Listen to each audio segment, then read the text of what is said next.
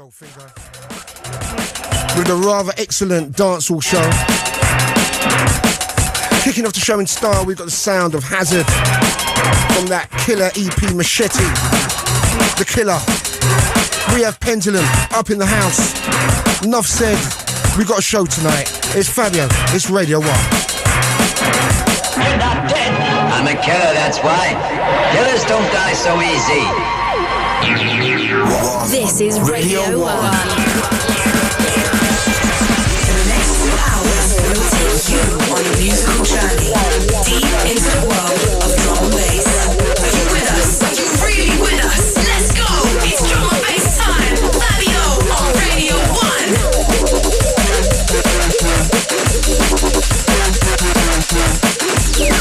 I'm a killer, that's why.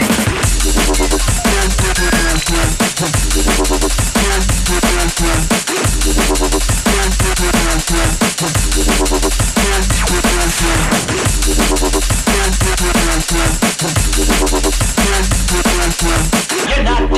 I'm a killer, that's why. Killers don't die so easy.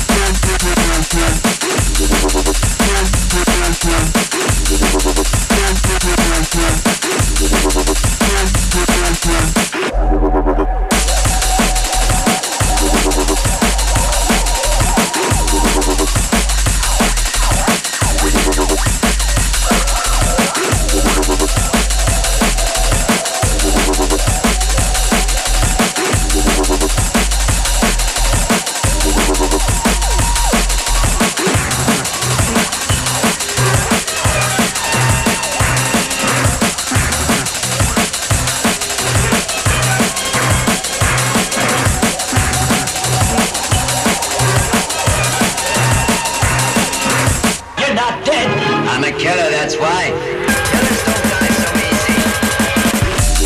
Sound of Hazard. That track is so cold. Track entitled Killers from the Machete EP. Remember, that's going to be out in your shops end of May. You're going to have Hazard on the show. But we have got a big show tonight. Tonight we have the D&B podcast. D&B on the BBC. And we've got the mighty Pendulum in the house. What's up, guys? Yo, yeah, all good. You sounding good? Yeah. Not bad. Jet lagged. That tune's bad, right? Yeah, man, love Hazard. Absolutely love it, man. So you guys are just come back from tour, right? It's halfway through, I think. All right. So yeah. Where you been? Where you just come back from? Just come back from doing 2 shows in New Zealand and sort of doing all the rounds back in Australia and Coachella in LA. Wow, that festival rocks, huh? Yeah, it was good. Yeah, what other bands were there? Because it's kind of like a rock festival, right? I think they had that Serge Tankian guy there. I think the Raconteurs were there. A couple of others. Wicked, man. Sick. And you guys were there, of course. How did the show go? It was sick. Yeah, it was great. But apart from a few minor sound issues, it was great.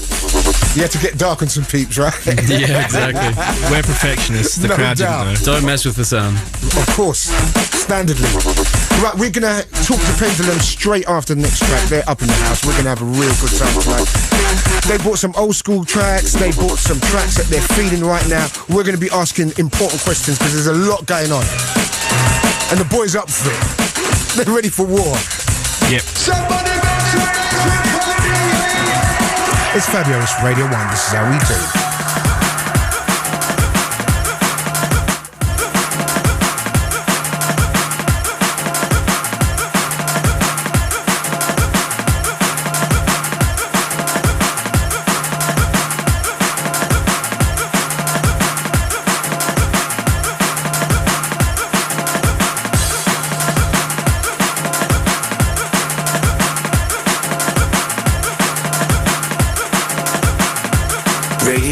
Radio 1.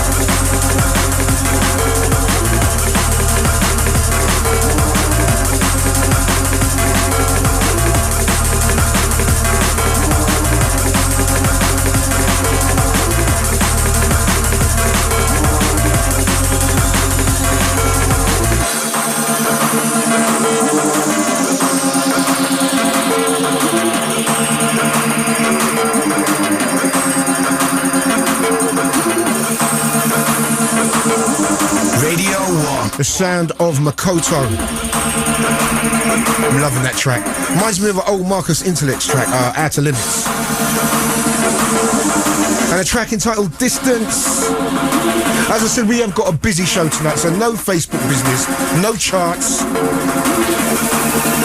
We have got a podcast. We're going to be speaking to Richard down there in Hong Kong a little bit later on. But in the last 3 to 4 years, drum and bass, it's gone through many changes, from hardcore, back in the early 90s to jungle, and in the 2000s, or the mid-90s to Bad Company. Remember them blowing up the place. And we've had a few big drum and bass bands, going back to jungle, Prodigy, Bad Company. And in the 2000s, we have, without doubt, the biggest drum and bass band, or the biggest band to spawn from drum and bass. Pendulum! What's happening, guys? Yo. Once again. So listen, the first time I've done an interview with you, I know you've done interviews in the past with Groove and stuff. Yeah. And of course we've seen each other in the circuit, we know each other. But not in that way. Not in that personal way. you Not know what I'm Special saying? way. Not yet. So then, listen, let's take it from the start. Where are you guys born? Both born in Perth, Australia. In fact, all three of us originally Perth, Australia. So that tends to kind of like, I've got to ask that question. What are you doing in England, man? What are you doing in England, Fab? No, I know, but Perth is a beautiful city. I've been to Australia a Yeah. couple of times, and Perth is like a city surrounded by water, man, and it's just a wonderful place. It's really chilled. The people are cool. And so what are you doing in England? Is it a business thing while you're Yeah, here? you can't do drum and bass out there. Yeah, plus I think wherever you're born, you always sort of want to get out of there and move on to something else. No, and for sure. London was the sort of epicenter of what we wanted to do. So Perth, has it got that kind of small town mentality as well? Is it like everyone knows your business and stuff like that? I guess so, yeah. more or less, but I mean, time just slows down whenever you're down there, Yeah, one of them kind of Yeah, places, Sleepy man. city. So listen, you guys hooked up. Who was the original band members, and what was the name of your original band? The original band we had. Let's go on back. It was me and Gareth and two of the guys from Shock One. I mean, we all met in high Originally. school, yeah. But we're in a rock band together. And rock, who was you influenced by, like rock-wise? Tool, Deftones, Meshuggah, all the big metal bands around then. So that tends to kind of, I've got to ask the question. So how did drum and bass happen for you guys, man? By you by got, accident, really. for real? How? We just stumbled across it when it was getting into like the dark techie sort of stuff, like with Bad Company and Yeah. Conflict and stuff. And then I don't know. The energy of it was really similar to the rock stuff that we liked, but obviously coming from an electronic angle and just the futuristicness of it really caught our eye. So. Do you feel that, this is a question away from like back in the day, do you feel drum and bass still has that, or do you think it might have lost some of that kind of essential energy? I think it's. I don't know. I personally think it's lost some of that. I mean, listening back to some of those tracks, and this is obviously only like millions of people when they get old, but I don't know. It's just the tracks back then had so much energy and were so they sound exciting, man. innovative. Yeah, but do you think that is because that's where you came in? Because Probably is. Yeah, because you know why it's funny you said that? Because I remember the time Bad Company came out, people said that then about, oh, well, jungle's not the same. It hasn't got that vital quality, that cutting edge kind of feel that like the early jungle had. Bad Company and guys like that, the virus stuff and all that kind of stuff. A lot of people at the time said, well, it hasn't got that essential quality. So maybe it is where you came in. And So maybe we're getting old. Yeah. But do you think someone like Hazard has got that kind of? Because I feel He does, yeah. he has he's that, exciting, yeah. that electric kind of vibe about him, man. Yeah, I mean, as long as the tracks are exciting, then it's still got it, and Hazard does capture that. So where did you go from like going out thinking, you know what, I'm loving drum and bass, to thinking that transition from being a rock band to starting to make drum and bass is quite a big move to make, man? Yeah, I mean, it didn't really, it wasn't really as much of a smooth transition as that, since, I mean, I'd always been producing, other styles of music, not really drum and bass, and Gareth had messed about with some stuff as well. But I think, the first time that we got really serious about it was hearing Dan and Jason from Bad Company play Conflict's Messiah as their opening track in Perth, and as soon as we heard that, it was like, right, well, Let's try that. maybe we should look at this as something more than just the music Gaz plays in his car on the way to rehearsals. So it's really one track really made you kind of, think about everything you was doing. Yeah, That's man. incredible, We walked out of that gig and looked at each other and let's give that a go. I mean, Yeah, because I mean, back then I wasn't really into the Ed Russian optical wormhole thing, and as soon as I heard Messiah, just the energy of it, I was It's just like, damn. right, that's enough of that. Let's do this. Well, listen, we're going to play this track. Tonight we're going to do an old school, new school thing. So, like, the first track you're going to play is your entrance point into drum and bass, and it is an incredible track. How old is this track now? God. I think it was 99 that was released, I think. Incredible stuff. We have got Pendulum in the house. We're going to be asking some tough questions. We're going to be talking about the new album. We're going to be talking about the first album. We're going to be talking about Vault, all that kind of stuff, the live stuff. There's plenty to talk about. It's Fabio, it's Radio 1. It's a big night. First track we're going to play from Pendulum, The Mighty Messiah.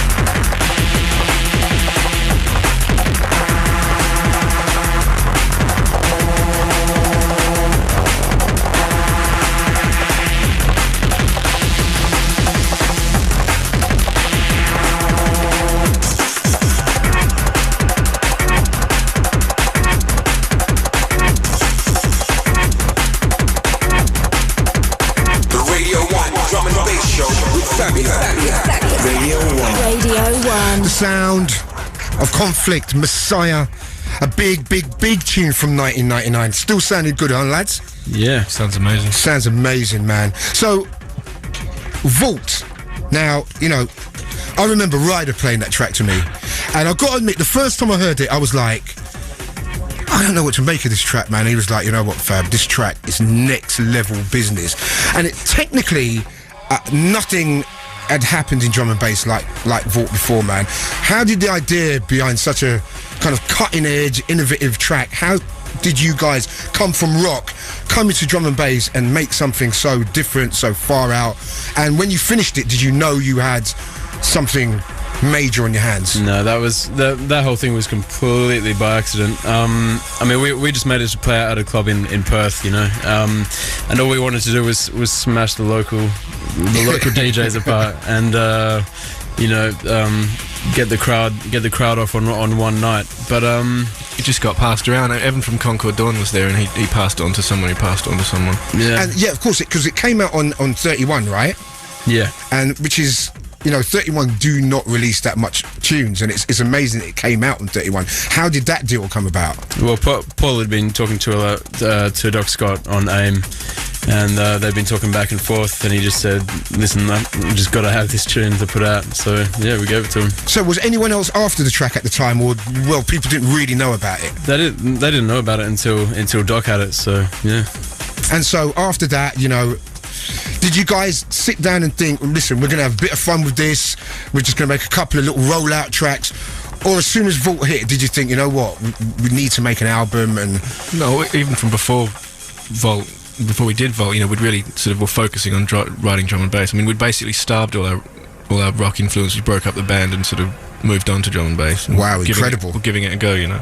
serious, man, I didn't know you went out on a limb like that. Yeah, I mean, yeah. And Vault was so big, it just took you by surprise. And what happened after that, man? Because of course you got with the Breakbeat Chaos guys, and you know, done some stuff with that. How did you link up with them guys? Yeah, it's pretty much the same thing. Paul had been talking to Dan via AIM, and you know, the thing that really clinched it was Dan saying, well, look, you guys can come over here to England. I'm away in America trying to do my own thing. You guys can come over and stay in my flat for free. And so we went, yeah, with the exchange rate, you can't turn down that offer. No, for real, man. If we'd come over without that, we would have been living in boxes. Yeah, man. Yeah. Shoe boxes. So was it a big departure coming from Perth to London? You know, London's this big, mad, dirty, crazy, violent, Harsh mistress. Yeah, exactly. What was it like? Because I can imagine that would be really scary, man. It was. The first 6 months was hell, wasn't it? Well, yeah, it was. But I mean, for the most part, we were living back at Dan's place in Hampstead, so we were surrounded by like Hampstead's nice. fur coats and poodles and shit. Enough poodles. You know what I mean? And sushi and stuff like that. Yeah, Yeah. exactly. But we couldn't afford it. We just sort of like ate noodles and Yeah. So did you? You know, of course, we're talking. You guys know about the rock and roll dream. Did you ever think the rock and roll dream would happen in drum and bass? No. No, that wasn't part of the game plan. We didn't really expect to combine them like that. Like even when we were doing Hold Your Colour, we were sort of holding all that back. It was just from our past. Yeah, I mean, while we were writing Hold Your Colour, you know, we were listening to a lot of metal stuff and a lot of different rock stuff, as heavy as we could get, but we were just holding it at arm's length, going, right, we're not going to let this mess with the drum and bass album we're trying to write. Because Hold Your Colour was a straight up drum and bass album. Yeah. Now, to your latest album, this is a massive departure from the first album. Why is that? Is a lot more rock orientated? Is it more like you're going back to your original roots? To an extent, but I think we're trying to take it a bit further than that. Since I don't know, at the end of Hold Your Colour, we had a lot of people saying to us, "Well, it sounds like a band to me. It doesn't sound like a strictly drum and bass thing. We can hear band influences there and all sorts of stuff." Yeah.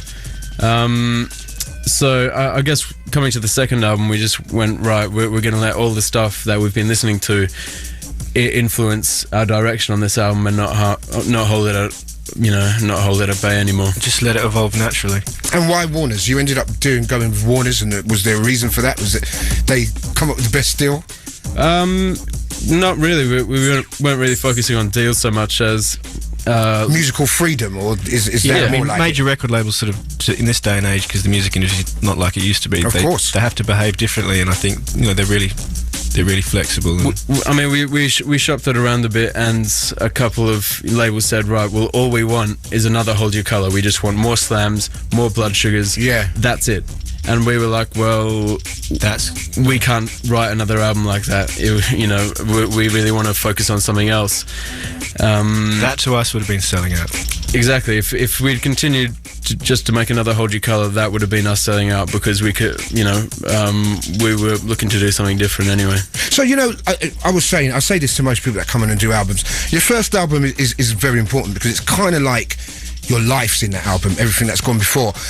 That kind of applies more with you guys with the second album, because the second album is kind of going back to originally kind of what you was doing earlier on in your careers, right? Yeah, this album's I think it feels a lot more close, a lot more personal than the first album did, which, we listen back to that now, and it doesn't even sound like us, some of those tracks. It's like, right. But do you think that's a good... I think, there's something in being raw and sounding like quite naive on track. I think that's cool, man, because there are parts of Hold Your Colour that you sit down and listen to now and you think, wow, that's Pendulum. Yeah. You know what I mean? Because it doesn't sound like you. So a lot of the tracks haven't got that sonicness that has come later with the album. Is that because some of the early tracks really wasn't as produced as like Blood Sugar and stuff like that? Is it more to do with that? Because you've done that liquidy track on the album, man, which I'd absolutely love. But that is just like really, and that's got Fats on it, right? Yeah. Plastic Will. What was it like to work with Fats? No, because he's a funny guy, man. He's a mad dude. You can't get him to sing anything twice. He's just on a roll, and whatever he does on the moment, that's it. You don't get another one. I think we sort of scrubbed through about an hour worth of stuff, just picking out all the little bits. Right. But it worked though, man. Yeah, actually, Fresh attempted singing as well. It wasn't the one. We had to cut that off. Really? We do all those recordings. Sorry, Dan. Yeah, From the library. Yeah, for real, man. But listen, your first new track is by a guy called Mr. Bishi, and this track is a wonderful tune, man. It's just out of left field, It's like hardcore, and it kind of sounds a bit old, And yeah, it's also got a pop kind of flavour as well, man. It's wicked. Yeah, it's really different to anything that was around when he brought it out. So we're really into that. Right, we've got Pendulum in the house. We're talking about back in the day. We're talking about past, present and future. This is the first track that we're going to play from the new school. This is Mr. Bushi and No Matter What. Wonderful tune. It's Fabio, it's Radio 1. We have still got the D&B podcast coming up later, D&B on the BBC. We've got loads going on, lots of content, lots of big happenings. Pendulum in the house. Back after this. The award-winning Radio 1 Drum and Bass Show with Fabio. I'm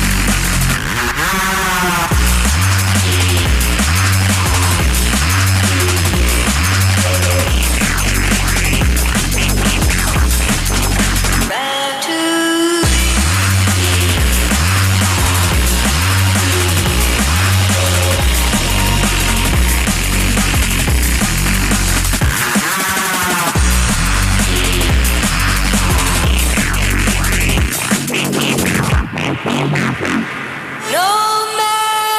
what you do.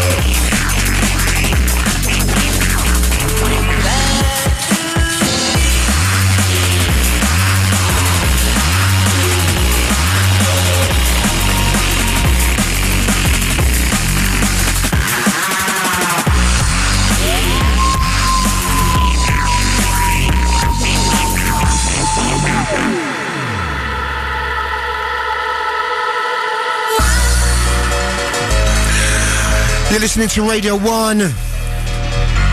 We have got Pendulum in the house. The track you can hear is their first feature track, their first new track they're featuring. And that's Mr. Bishi, No Matter What.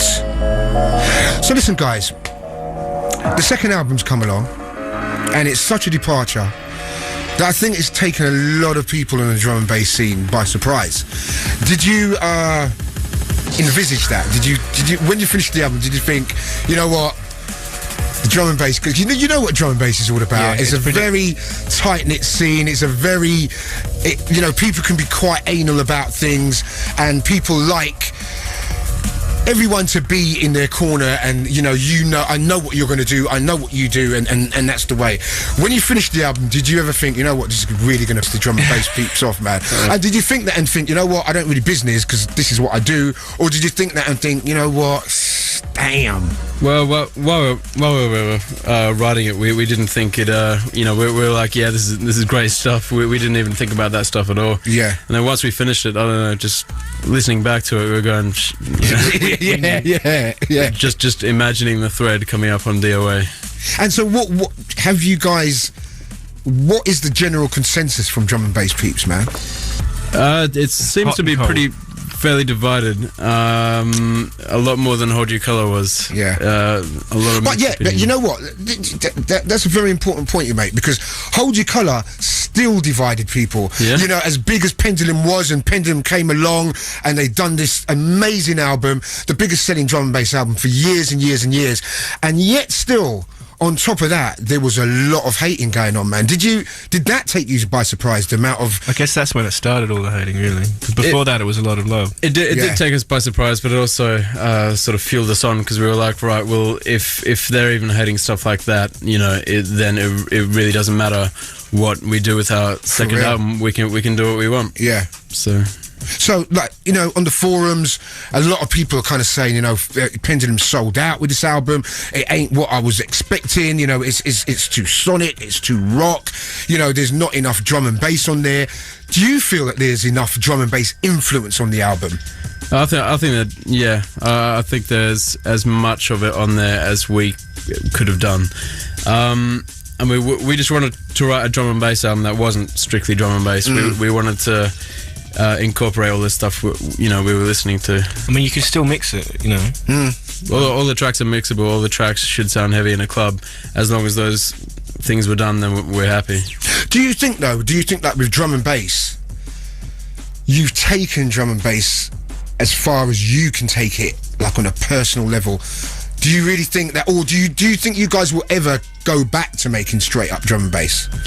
We still do, There's like that Propane VIP. Yeah, for sure. I mean, we sit on the tour bus starting new ideas that are strictly drum and bass, it doesn't end. Yeah, but if you're not really getting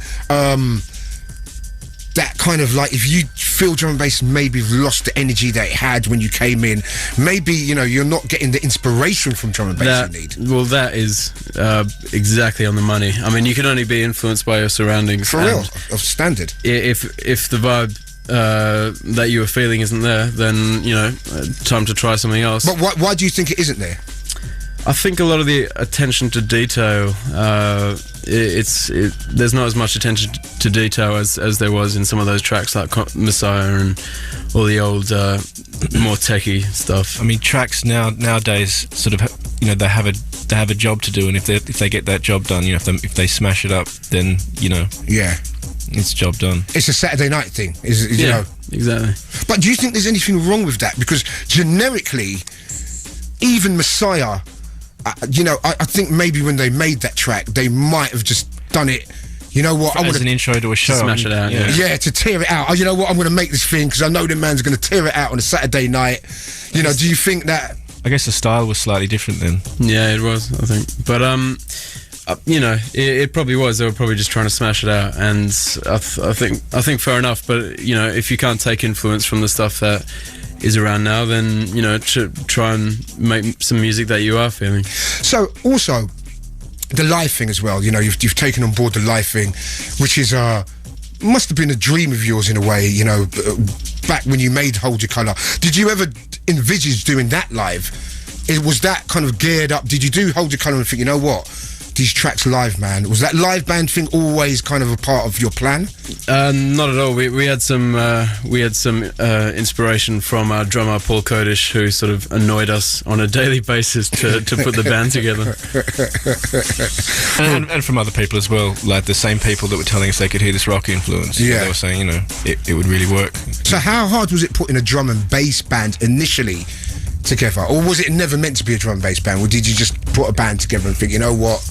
We wanted to recreate the stuff that we'd done on albums and singles live, basically.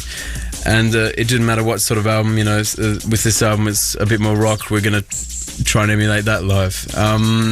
But the main nightmare was just trying to get the technology right. I mean, we maintained from the very beginning, if we weren't going to capture that same kind of energy you get, you know, when Andy's up there Yeah, playing, man. Yeah. we weren't going to do it, but we're just lucky that the technology came along for us to take the studio, literally tear it out and put it on a stage. Because that's important, man, having the technology to get that liveness and play 100% live, you know, no DAT machines and no hard drive. I mean, if it was 5 years earlier, we couldn't have done it. It wouldn't have been...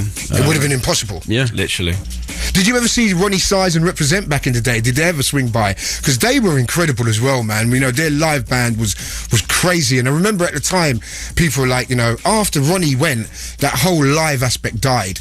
And, you know, I think live drum and bass is a very important, integral part. I remember going back to early, the early prototype jungle like Utah Saints and, you know, and bands like that, Shades of Rhythm, and all them great bands. Yeah, Alternate. Even guys like Forge Masters back in the day, those guys were live and they used to come in and they used to smash it. And it used to be part of the scene, you know, and now... If there's anything that I totally agree with, or I think people in drum and bass sometimes have a kind of a narrow vision about what they want. I think even me as a DJ going out to a bigger club or a bigger night, you know, I don't quite know how the crowd's going to take me, because I play slightly different. Yeah. And, you know, there's subtle differences in drum and bass. You know, for me, if I was to play what I like and you know, something else, a person outside of drum and bass wouldn't really know. To them, it's just drum and bass. They can hear them drums and they're like, nah, I'm not in it at all. But to us, we're so finicky about... Yeah, there's so many different subgenres. But that dividing line is so small between like a liquid track and something harder, man. It's like, you know, there's not that much difference. It's still drum and bass at the end of the day. Anyway, listen, your next old school track is Stormtroopers, man. I remember this, man. Space Hopper. Space Hopper, man. You know what? I'm just in one of them kind of vibes tonight. We're jet lagged too, man. Yeah, for real. I had a really heavy weekend last weekend. My weekend started off real heavy. But tell us about this track, man. This track, I think, I originally heard at one of our live shows back in the band days, and we had a mate who was DJing up in the DJ booth before we even went on, and I just heard this track, and the percussion in it just Crazy. blew my mind. It's bouncy. Wicked, man. So we got Pendulum. We've got them playing some of their favourite tracks. We've got playing old and new. We're going to be playing some cuts off the new album. Very important we do that.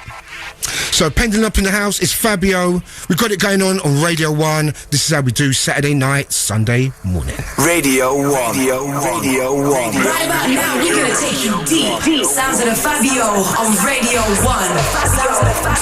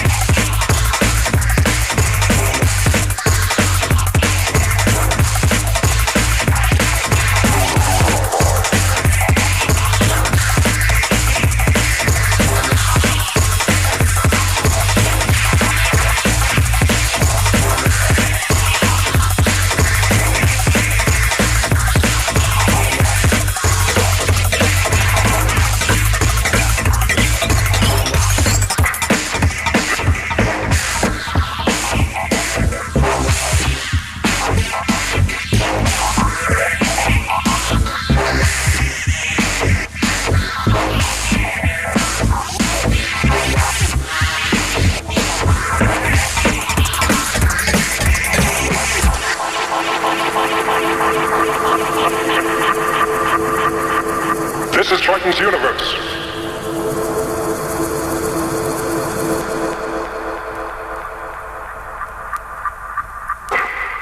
This is Triton's Sun.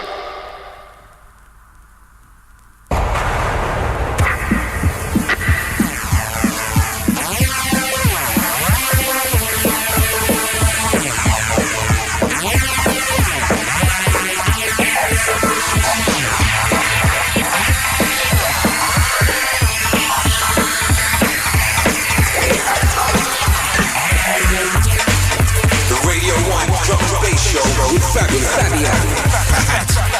That's a bad tune, man. Space Hopper. Big tune. So listen, Rob, you broke your leg, man. What's up with that?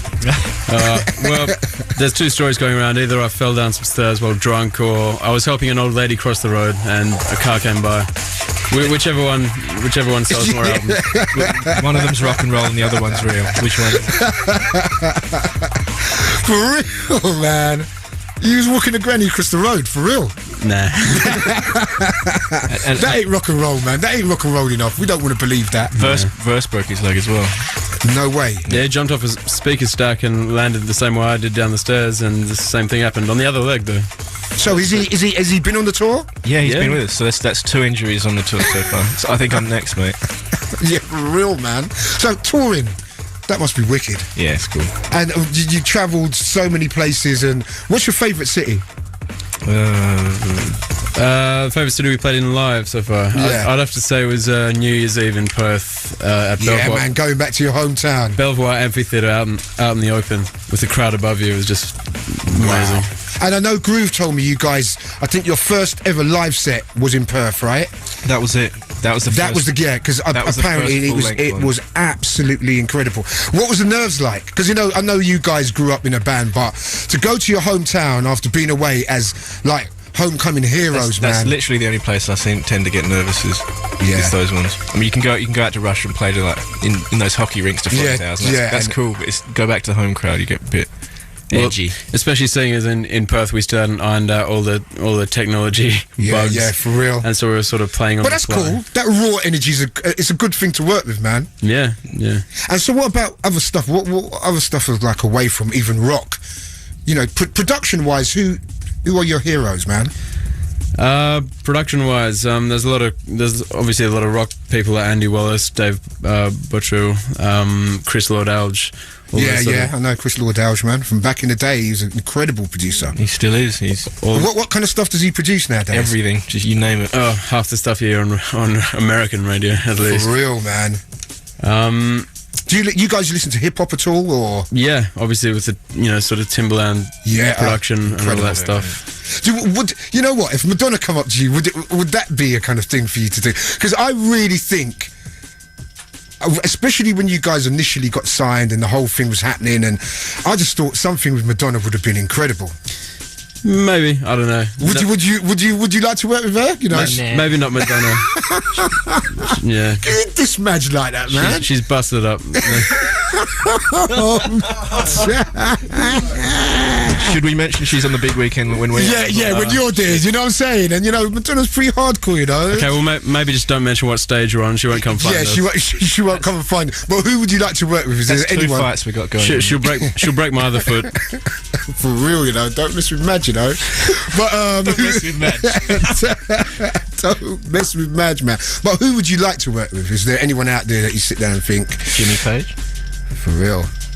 Jimmy Page, Hank Marvin from the Shadows. Who was that band we were Hank just Marvin, listening to? yeah? That girl? Yeah, Hank Marvin from the Shadows, the guitarist with the glasses. Beth, what? Next level. Beth from the Seriously? The Gossip.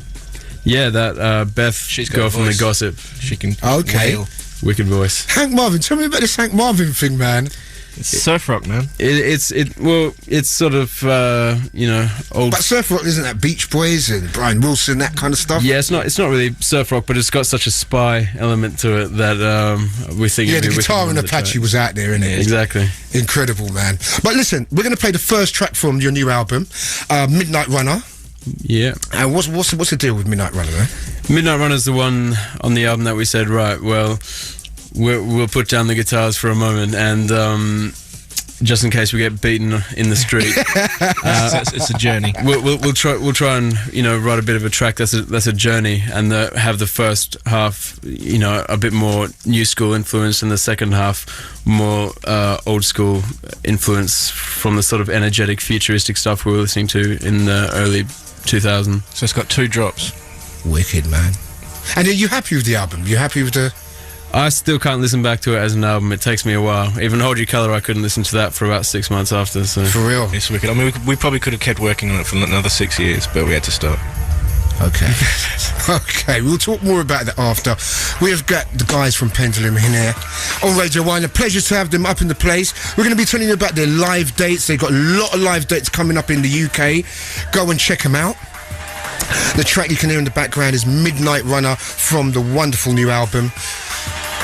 The album's released on Warner's right now. Go and catch it in the shops. It's Fabio, it's Radio 1. We've still got loads and loads and loads of stuff happening. I've just been told we might have the D&B chart. We're definitely going to be talking to Richard from Hong Kong about his podcast, and we've got D&B on the BBC, Mr. Jam in the house. It's Fabio, it's Radio 1, Saturday night blasting off.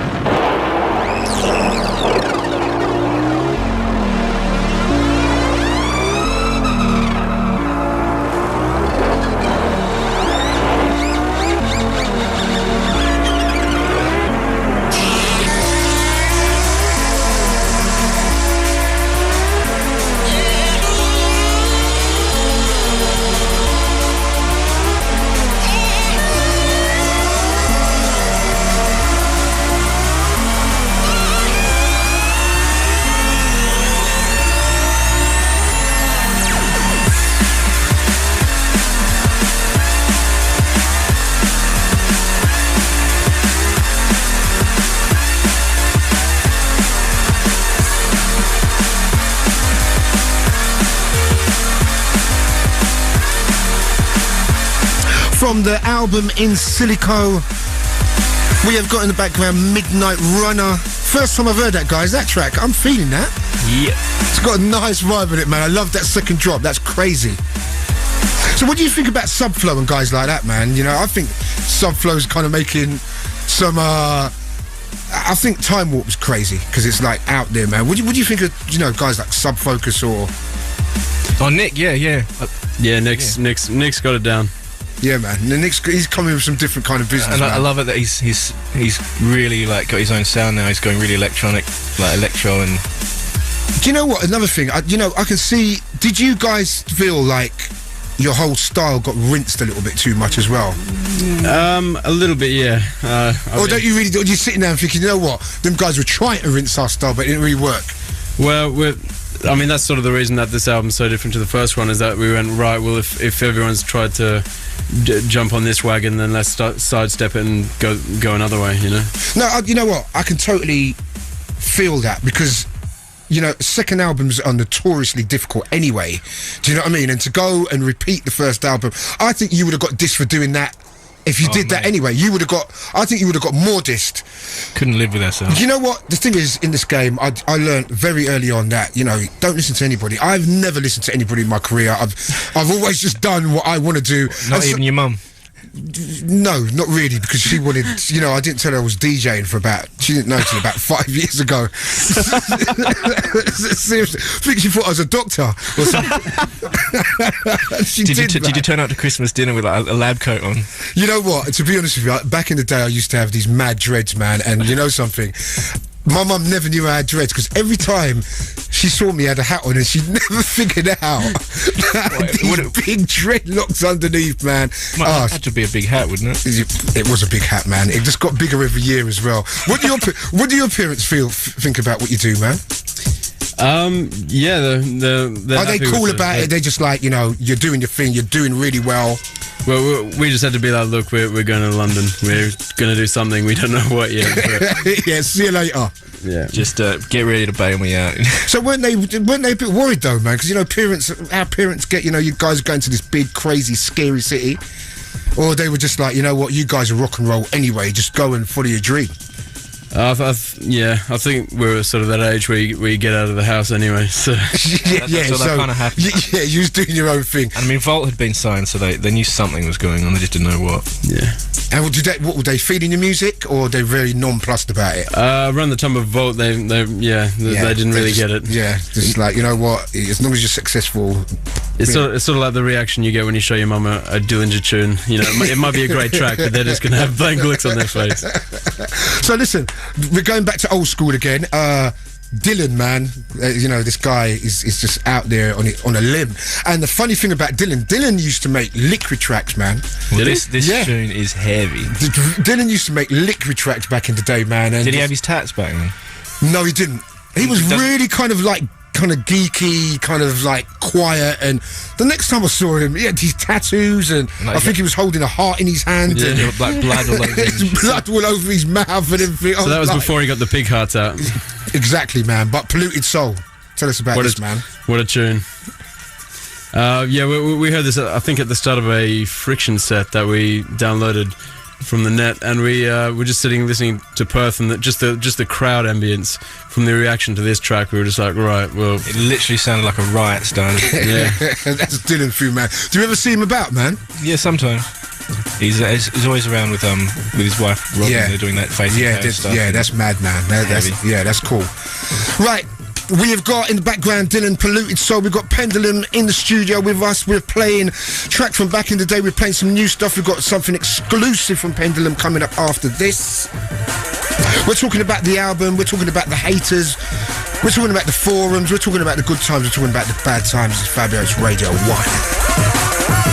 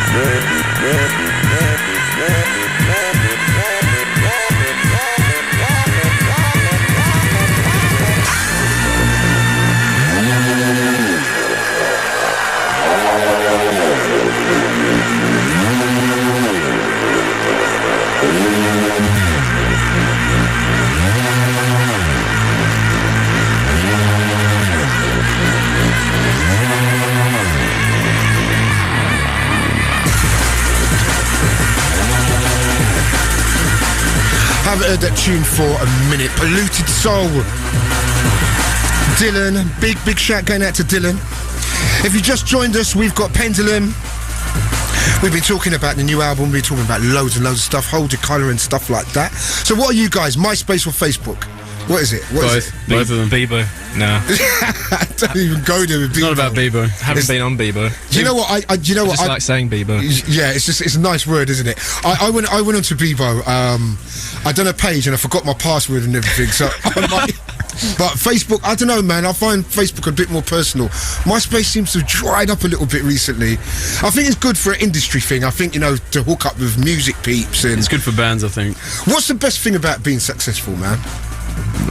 Has things changed for you? Do you think you've changed as people? We are? Changes people.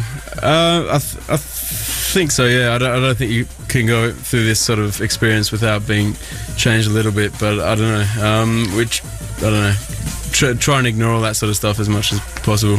And also, you guys have been through a lot of drama in drum and bass. It's amazing the amount of time you've been in the scene and what you've been through. Of course, there's certain things I can't talk about because of legal reasons, but you guys did have a bit of a breakup, to go to a major label. Going to a major label, of course, I think a lot of people sat down and thought, listen, this album is so different because it's with a major. Maybe they are being told what to do. And of course, you've already said it ain't the case. But I think in the past, as you said, things are different now. In the past, I remember in the mid-90s when Goldie got signed up, Source Direct did, a lot of the guys got signed up, Adam F. And it's not a new thing. No, it's not a new thing at all. I nearly got signed up as well, and I've never made a track in my life. And then they took out this big check, and they were like, "All right, listen, play us some of your stuff." I was like, "I don't make music." I'm a DJ, please. They were just going to sign me randomly. So, things are different now because I think, music is so hard to sell, and, I think record companies have to kind of get more on your side, man. Yeah, well, that's the case. I mean, that's why we went about hunting down a label that would let us do, would let us make the album that we wanted instead of, going to one of the other labels and having them bust us about. Well, I just want to tell people that this is what you wanted to do, man. Because, I've heard a lot of the talk was kind of like, Pendulum sold out because at the end of the day, they've done this album and they're kind of like turned into puppets, man. But, I mean, we're doing this whole album in conjunction with them as well. I mean, we've got our own label called Earstorm. Okay. And it's sort of like a subsidiary kind of thing. Yeah. Okay. That's cool. And what, are you going to bring out stuff from bands on that label? Nah, just us. We're selfish like that. Seriously, yeah, just your own stuff. Yeah. And what do you find about drum and bass people in generally? What do you get a frosty reception when you see guys, or you don't really go out? You don't. Well, yeah, I mean, in public, it's always quite Like, civil. yeah. It's only once you get onto the forums with the black backgrounds and the white text that it starts to get a bit nasty. Do you read the forums? Not anymore. We sort of had a bit of a falling out. Our manager banned us from looking at forums.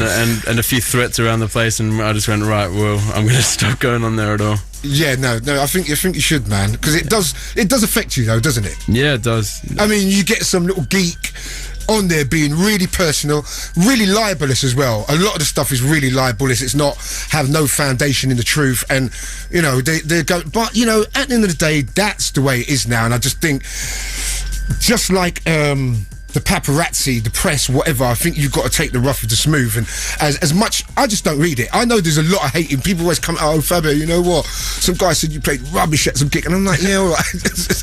Or you played really weak. And it's like, all right, you know, I'll just make it bounce off me. I think if I read it, though, it would drive me crazy. I think I'd really want to go and hunt the people down. Go Silent Bob on them. You know what I'm saying? One of them ones, man. So, you know, I don't know. The weird thing is there's some guys there, you know, like 30 years old, and they're staying at home. They're staying at home talking about music as if it's life or death. It's like, look, we're making music. We're just trying to do what we want to do. So, you know, nothing more, nothing less, man. Yeah. You know what I'm saying? So listen, the next track you're going to play is probably the biggest drum and bass track around for a little while. Why do you like this track so much, man? Machete, Hazard. It's just brutal. It's like pure noise organized into just a wicked way. So you know, that's where I see that link with kind of like what you do. The sonicness of it is so tight and it's so raw, man. It's a crazy tune. Got to give props to Hazard on this, man. All his stuff's just wicked. Incredible stuff, and it seems to be getting better. I heard him play the other night in Birmingham, and he's playing some crazy stuff. It's actually verging on punk, and that's why a lot of the DJs here are picking up on the tune, man. This is Hazard in the background, Machete, the biggest drum and bass tune right now. We've got Pendulum in the house. It's Fabio, it's Radio 1.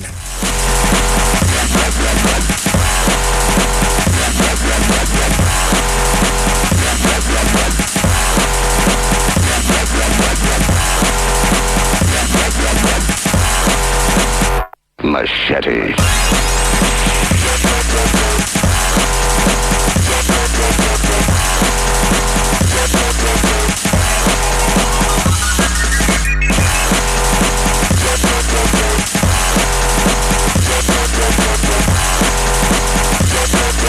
He was given an offer he couldn't refuse.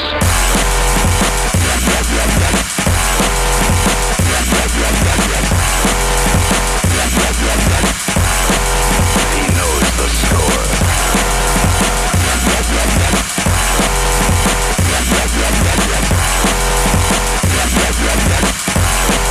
He gets the women.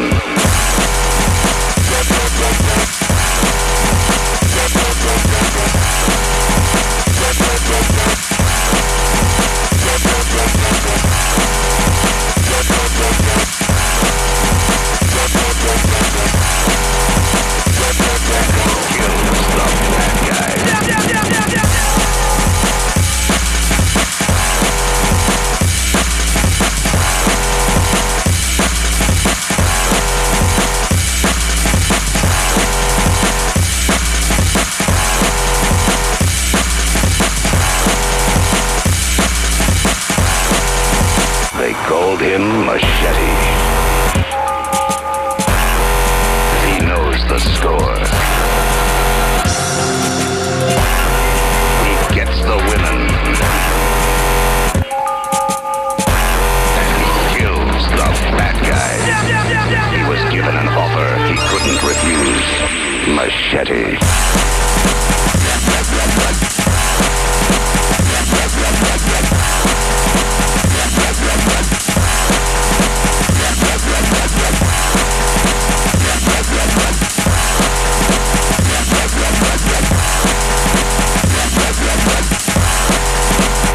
Machete.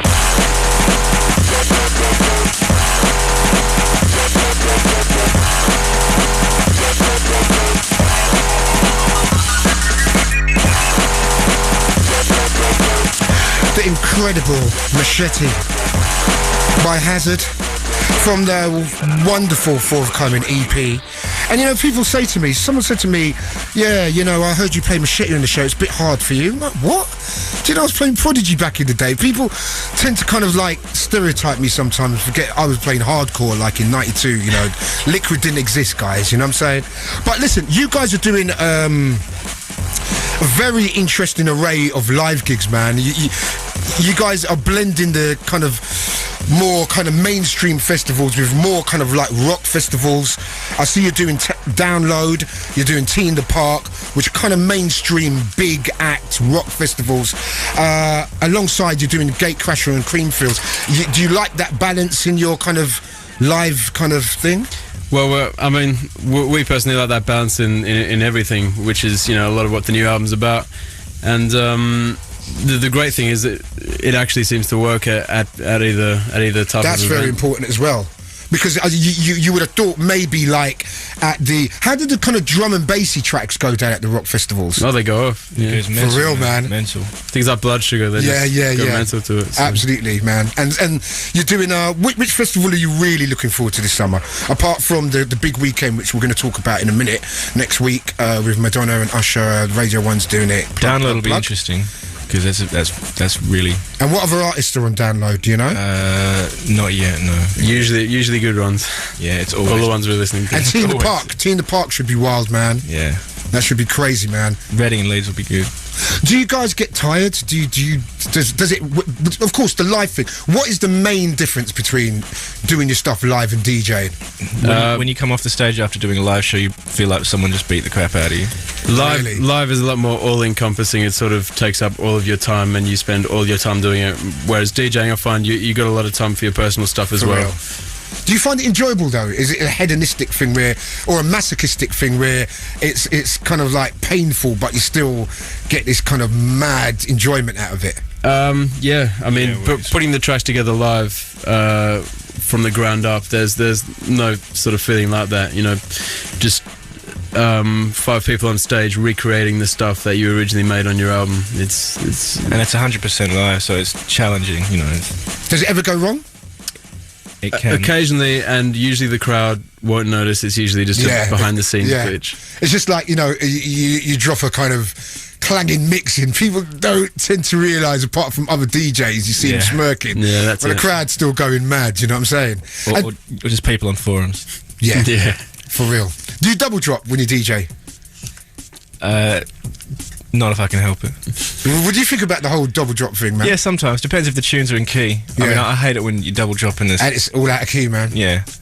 So if they're in key and they work together, yeah, for sure. And do you plan your sets at all, or do you...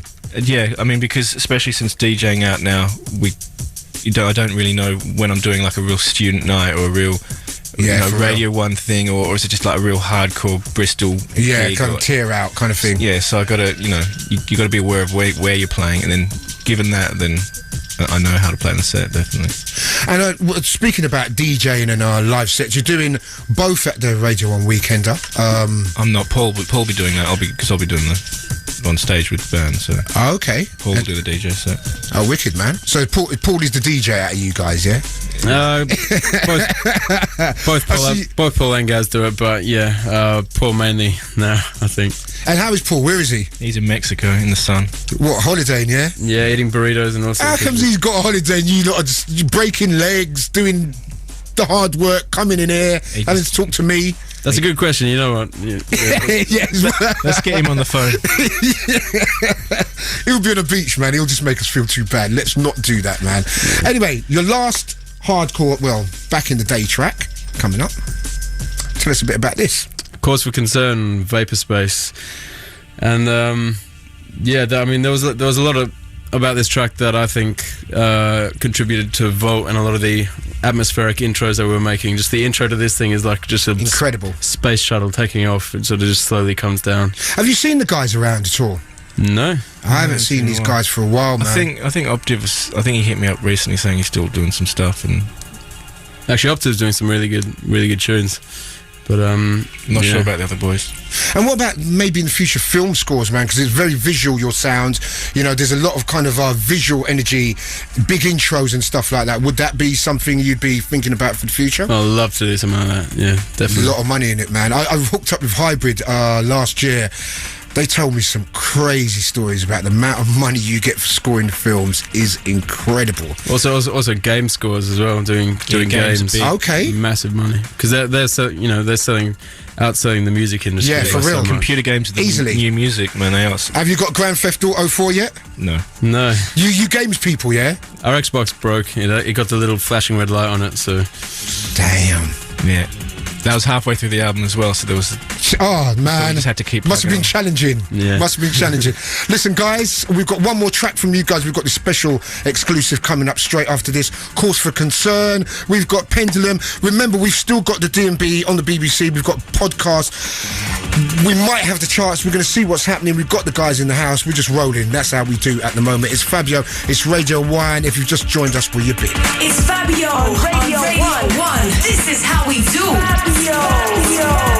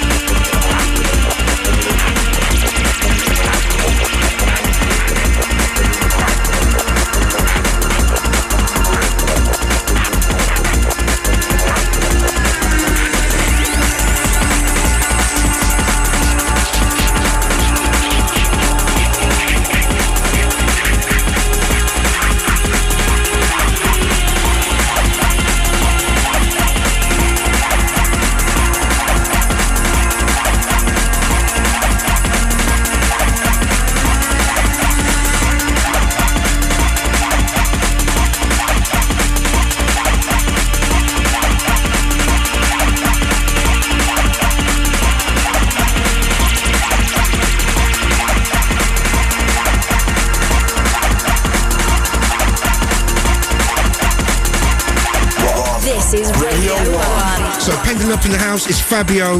There's no other place for drum and bass. It's great to have you in here, and you know we've had a very frank talk about everything. And you know what? As I said to you before, not everyone's going to like what you do, and so to all the haters, just say, you know what? Whatever, because you know it doesn't matter. You know, you've got a studio and you can do whatever you want in the studio, man. And you know, I think it's personally unfair, some of the criticism you've been getting from people, and I put a lot of it down to you guys being successful, and you know, this is what you've got to deal with. We live in a country, England, where success is frowned upon, and as soon as you get to a certain page in your career or a certain stage in your career, people do tend to kind of hate on you. So you know, it's one of those things. You know, keep on keeping on and keep on doing what you do, and but please just keep the drum and bass thing going, man, because I just think Pendulum's opened a lot of doors for people, and it's opened up a lot of doors for people that have never been into drum and bass, and you was the entrance point, man, and they've come into drum and bass and they're enjoying the whole thing. So I think it's very important that you guys keep the drum and bass and keep kind of like pushing that stuff out there, man, and you know, keep doing your thing, man. To be honest, I don't think we could stop. Sort of every time we hear a sick new hazard tune. or Dillinger tune, we're like, right, Get well excited. For real, man. put this down. We're going to try to do something better. Yeah, and it might go back to going back out one night, hearing a tune and thinking, we're going to have to make a drum and bass album. Exactly. That'd be one serious tune to do that. Yeah. Well, you know, we live in hope. Probably Dillinger. Yeah, for real, man. And you know what? You might even catch me, I might even catch you guys at the Academy on the 17th of May. Is there any specific dates you want to big up where... Oh, well, people can go to your MySpace page, actually, and they can catch all the dates, man. Big up to Verse as well, because he's a wicked guy, man. I've got so much love for Verse. He's got his foot up in the air at the moment, under ice. Yeah, for real. And his skinny jeans on. And you know what? Me and Verse meet up for a drink every now and again, and he's living the dream. I don't know if you guys know, I don't know if he fronts in front of you lot, but this is a big thing for him, man, and he's just Fabio just come back from Italy, you know, he's wicked, and I just come back from Milan and going to LA, and he's so enthusiastic, got mad love for him. And big hello to Paul, you know. In Mexico. Yeah, tell him, you know, he missed out tonight being on my show, man. I'm sure he's going to be gutted about that. We'll make him feel bad. I hope you do. And the last track you're going to play is something a bit exclusive, yeah? Yeah, that's for you, man. Yes, 9,000 Miles off the new album. Okay. I'm liking this already, man. We've got Pendulum, and we're going to go into the D&B podcast. We have got lots of things going on. We haven't got a lot of time. It's Fabio. Backtrack in the background, 9,000 Miles. Remember, the album's released on May the 12th in Silico. Catch it in your shops on Warner Brothers. Pendulum, thank you very much for coming in, and best of luck on the road. No more broken feet and no more accidents, and thank you very much, guys. Cheers, mate.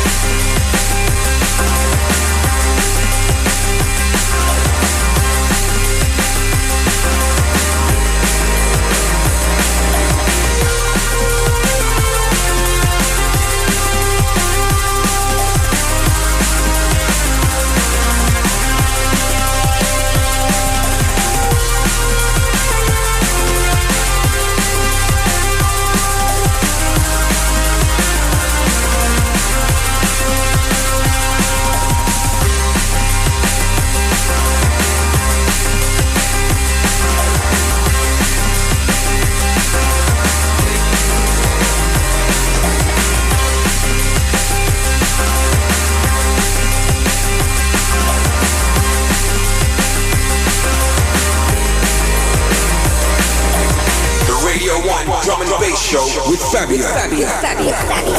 Yeah, right. At Radio 1, we have been doing the D&B podcast. We've been doing podcasts from all over the place. We've, of course, got our own in-house podcast, One Extra. But we're not talking about that. We've had Shy Effects with his Digital Soundboy podcast. Last week, we had a wicked podcast from Washington, Translation Records. And right now, we've got from Hong Kong, we've got Richard, man. What is up? What's up, dog?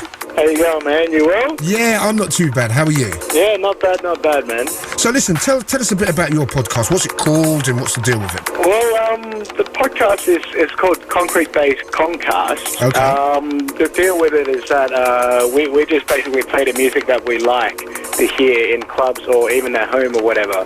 So we just try to push the music that we love in our own city originally since August 2006, and then from then on we just kept it going, and then just see where it takes us. And right now we're on to our 56 this week, I think, and wow, I think we're doing all right. Yeah, that's big. And you know what is the scene like in Hong Kong? Because I went to Hong Kong last year, and I was very impressed with the whole set up, and D&B seemed to be on the rise there, man. Is that the feeling you're getting? For sure, definitely. In the last couple of years, I definitely feel it's on the rise now. I mean, unfortunately, I missed your gig because I was out of town, but there's gigs coming up every month, if not every second week nowadays. Like, we've got local gigs and we've got international coming up. Okay. So it's definitely on the rise, yeah. That's good, man. And so, what guests have you got on your podcast? Have you had any names fly by so far? Yeah, right now, the last time we've actually had Spectre Soul. Wicked. I know them guys, man. Them guys are cool. They're making some nice stuff. Yeah, but apart from that, we've had guests from Thailand, New Zealand, Sydney, you name it, man. We're trying to incorporate all the regional and of course. The oceanic DJs. Yeah, because there's a big scene going on in Asia at the moment. It's very exciting. I went to Shanghai, also Thailand, and there's some real good things happening there. Good people that are doing the events as well, man. It seems very definitely, man, definitely. So listen, where can we find your podcast, man? Oh, it's try our website. It's www.concretebase.com, concretebase.com. Right. Or you can look up in iTunes, just type Concast, Kongkast. And what acts are you kind of like representing right now? Like right now, I'm feeling the deeper and darker stuff. There's a couple of tunes by Nympho. There's a couple of tunes by obviously Spectre Soul. Yeah, Nympho's hot, man. Yeah, okay. That sounds really catching on at the moment as well. There's a guy called Mako in Bristol as well, so definitely doing that. Yeah, there's a real kind of swing towards kind of like moody, but not too dark, atmospheric moody at the moment. Yeah, definitely, man. That style I'm really feeling. Stuff. Yeah, for real, man. Anyway, listen, Richard, we're gonna play a track, Connection, right? This is by Mute and Mako. What made you choose this track, Connection? Well, Mako's I've met him once in Hong Kong, and he's a really nice fella, and plus, like, every tune that he sent me is just spot on what I personally love. Okay. It's just that deeper, darker vibe. It's either, like, real drummy or just real moody, and that's just what I love right now, you know? Wicked, man. All right, thanks a lot, Richard. You take care, and next time I'm in Hong Kong, make sure you're around, yeah? Oh, definitely, man. I'll buy you a drink, for sure. All right, man. Here's the track, Mute and Mako, Connections.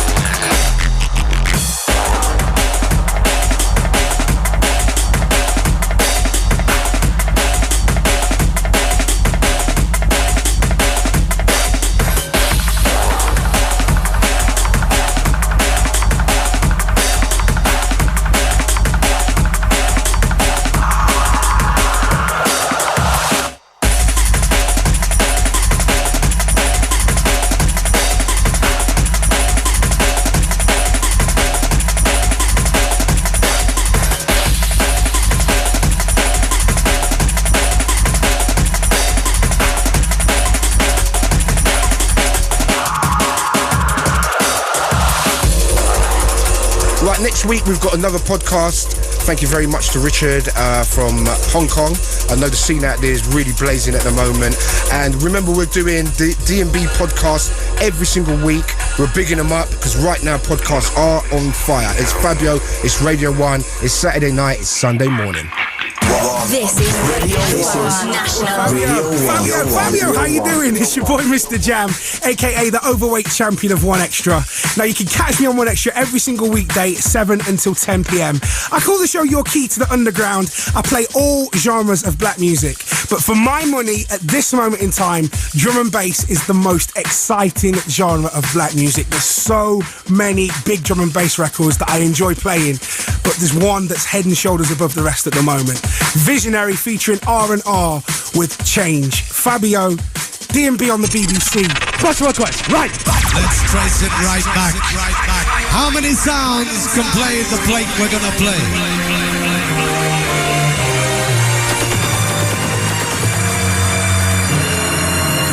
Let's take off. Rhythm. I was born by the river. Yeah. In a little tent. Oh, and just like the river I've been running ever since. It's been a long time coming, but I know change gon' come. Oh, yes it will. Pull up. I was born by the river in a little tent. Just like the river, I've been running ever since. It's been a long time coming, but I know a change gon' come. It's been too hard living, but I'm afraid to die, 'cause I don't know what's up there beyond the sky. It's been a long time coming, but I know a change gon' come. Yes, it will. I go to the movie and I go downtown. Somebody keep telling me don't hang around. It's been a long time coming, but I know a change gon' come. Yes, it will. There were times that I thought I wouldn't last for long, but now I know I'm able to carry on. It's been a long time coming, but now I know a change gon' come. Yes, it will. I know that life is hard, sometimes you feel blue. The things on your mind that you're going through, it'll be okay when it's said and done. A change gon' come. I know that life is hard, sometimes you feel blue, with things on your mind that you're going through. It'll be okay when it's said and done. Change gon' come.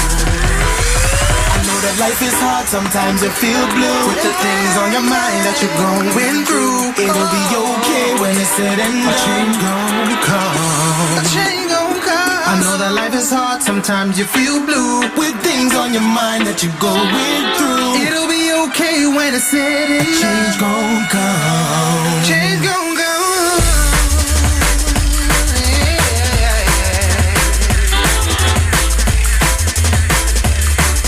Wow, we have had a lot going on tonight. Many thanks, first of all. Firstly to Pendulum. Remember the album In Silico, released May the 12th. Also, we had the D&B podcasts. Many thanks to Richard down there in Hong Kong. And lastly, D&B on the BBC, Mr. Jam. For the 4th week in a running, this track's been played on the show. Long time coming, change is gonna come. Marcus Visionary. Big up to Marcus. Time to make some noise.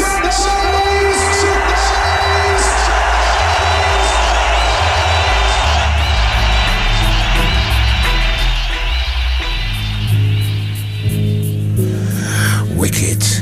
haven't played a lot of tracks tonight. It's been one of those nights. It's been a long, long night. As we're coming into like Sunday morning now, daylight coming up real soon, I'm going to play something real atmospheric. Caliber has a new album out. He was on the show a couple of weeks ago. This is not from the album, some exclusive bizzle that he passed my way last week. Lovely track entitled Back Again. Big hello to my lovely assistant Sarah in the house. We haven't got long left. We got the one extra takeover coming at 4. That's Kwame at 5. Keep it Radio 1, the best station in the world. Also remember next week, Maidstone, Kent, the Radio 1 big weekend. Madonna, Usher. Many, many more. Pendulum doing their live thing and doing a DJ set. Nelly's up in the place. Amongst many, many other bands. Lots of great rock bands, etc. The big weekend. Go onto the Radio 1 website to get details how to obtain those tickets.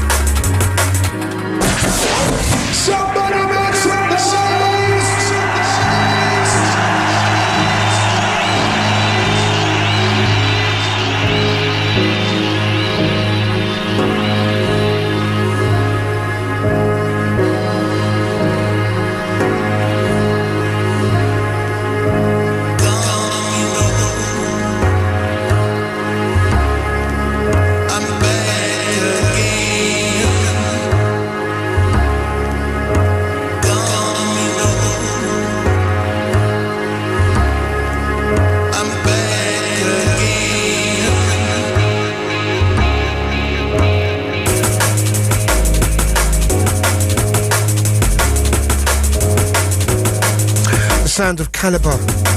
Remember the album Overflow is in your shops on Signature. Got to send a big hello going out to Caliber. Also a big shout going out to Zero T. Also to Razor, Brian, all the guys from back in the day, the Dublin crew, Belfast crew. Big up to you all. If you've just joined us, you've missed the show tonight. We had Pendulum talking about their album. We've had lots of great music. They've done some old school, some new school bizzle.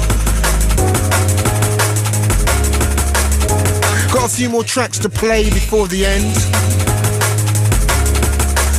Big up to all my Swerve crew, to all my peeps.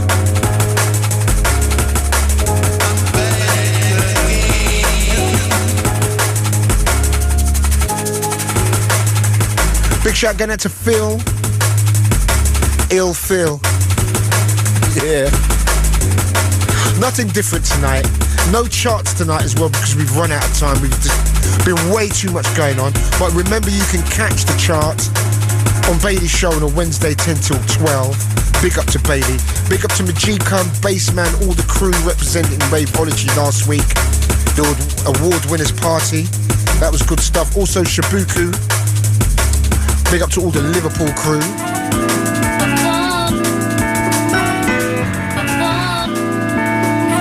Also, I was in Newport in Wales last week. Big up to all my Welsh, massive. Remember, more of your Facebook stuff. Everything will be back to normal. Normal service will be resumed next week.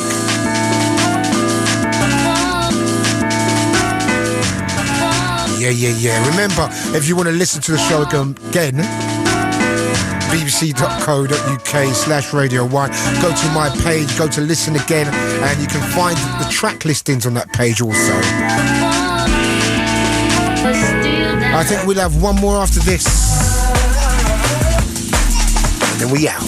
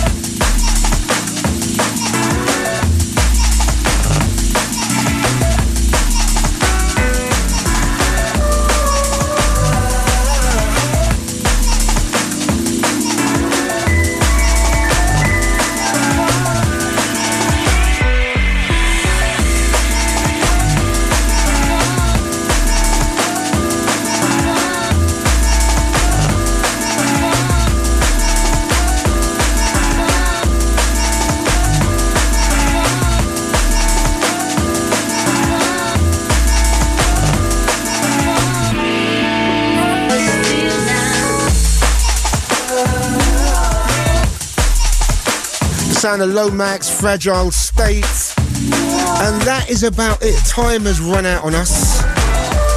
I have been reliably informed after me spouting off that normal service will be resumed next week. It won't, because I won't be here next week. Next week, the big weekend takes over. I'm not even that big to stop that march. So at the end of the day, they're going to be in there next week. They told me they're shutting me down next week.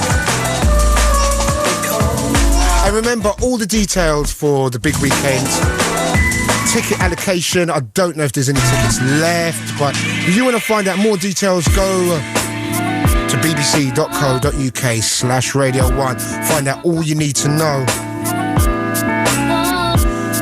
Many thanks to Sarah and my other assistant in the house. Listen, we've just met, so, you know, names haven't been exchanged. No, big up to you all. Good job, good job. Phil will be pleased. Marks out of 10. 10, yeah.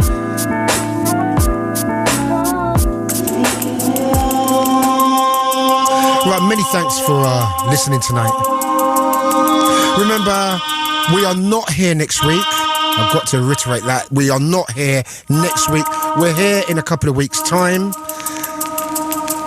And we're going to have some really good guests during May. Hazard's going to be coming in. Hopefully have this man in as well, D-Bridge. Going to Love and Leave You from something from his album. Really, really, really, really good album. Out on Exit Records. There's a little track entitled The Morning Dawn.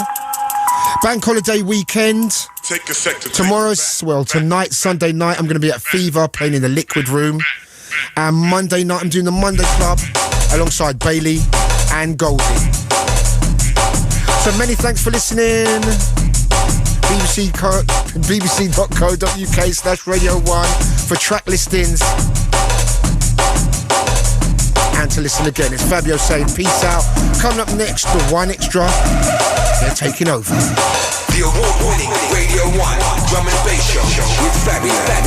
Listen again on the BBC iPlayer. bbc.co.uk/Radio 1.